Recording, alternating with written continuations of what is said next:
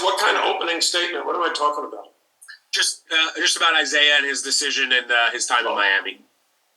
Okay, well, Isaiah Wong has accomplished so much in his 4 years. He is now on time for graduation. He led us in scoring. He was first team all-conference. He was player of the year in the ACC. He helped us win the regular season ACC championship and helped lead us to the Final Four. You can't really accomplish much more as a college basketball player than Isaiah Wong did. So I'm very, very happy for him. He's on his journey to try to reach his dream, which is playing in the NBA.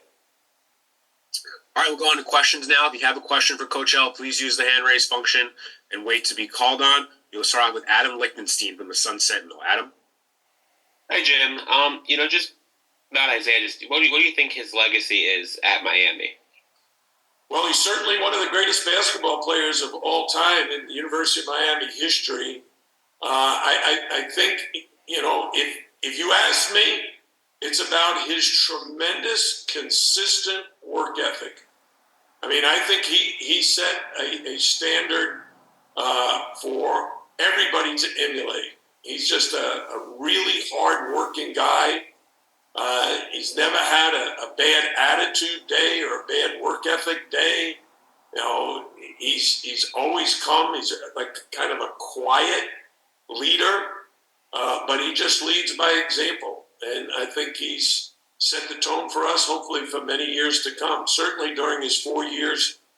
And in particular, these last two where, we get to the Elite Eight and then the Final Four. And, he's a huge part of both of those runs. Go to Barry Jackson from the Miami Herald. Barry? Hey, Jim. What's the updated count of scholarships available you have now? Are you still looking to add 2 transfers? Could there be more than that? And what are you seeking besides a 4 to replace Jordan Miller in the portal? Well, Barry, what I would tell you is recruiting is very fluid. And so we've got to constantly be updating our thoughts and our actions. So I believe right now we're at 9. Things change all the time. Kids could commit. So we'll be reevaluating that, I'm guessing, every day to every week for the next month or so. Go to Luke Cheney from Life Wallet Sports. Luke?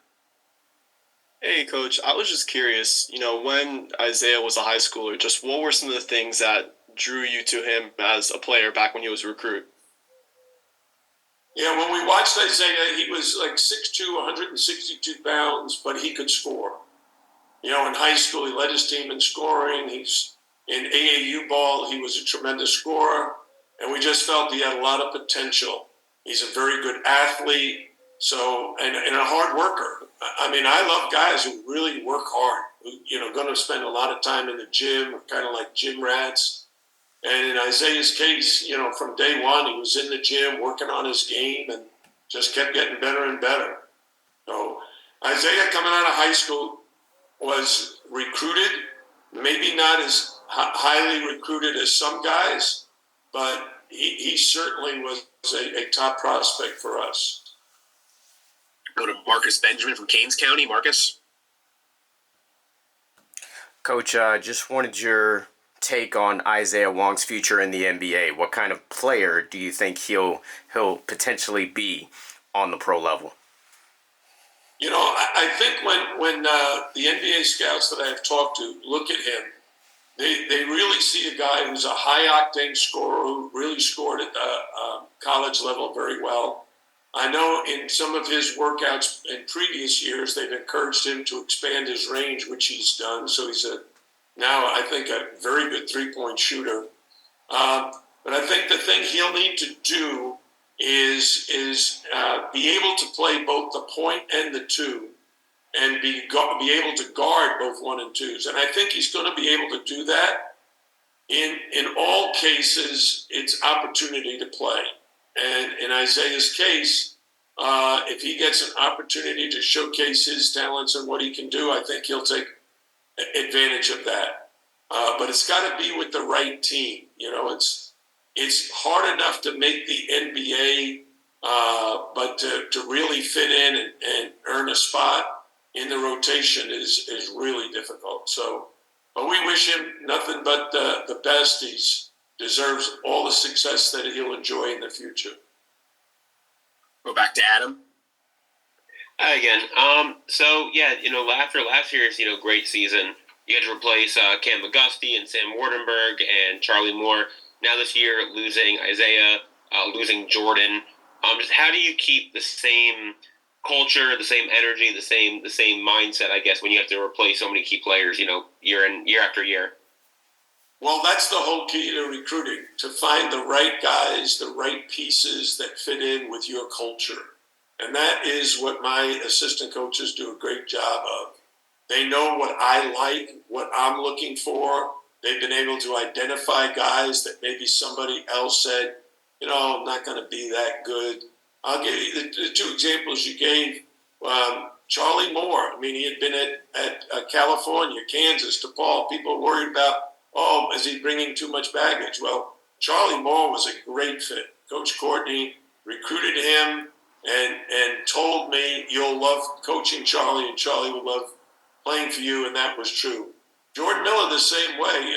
Mid-major, Atlantic 10 player, an all-conference caliber player, but jumping up to the ACC and then having to play with other really good players, and trying to figure out his role. And during the course of his career, not only did he be able to contribute, but he just kept expanding his role.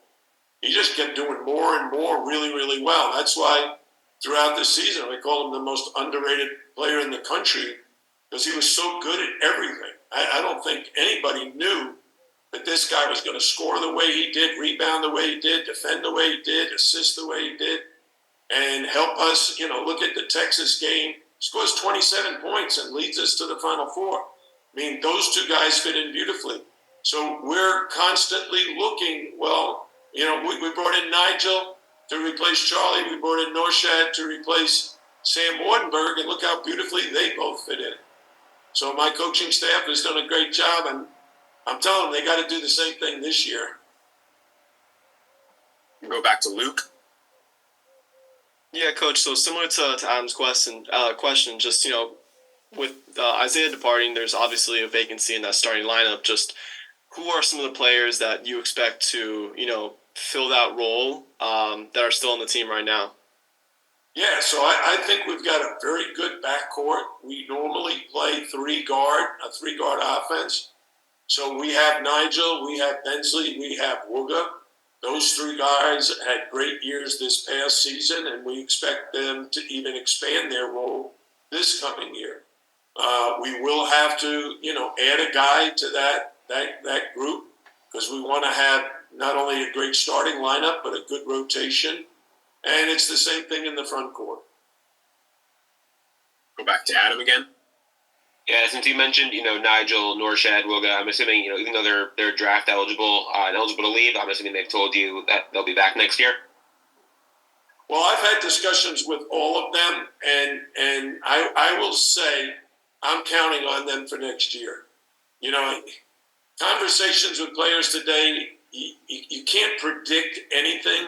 I think those guys are planning to come back, but, who the heck knows in today's college basketball world?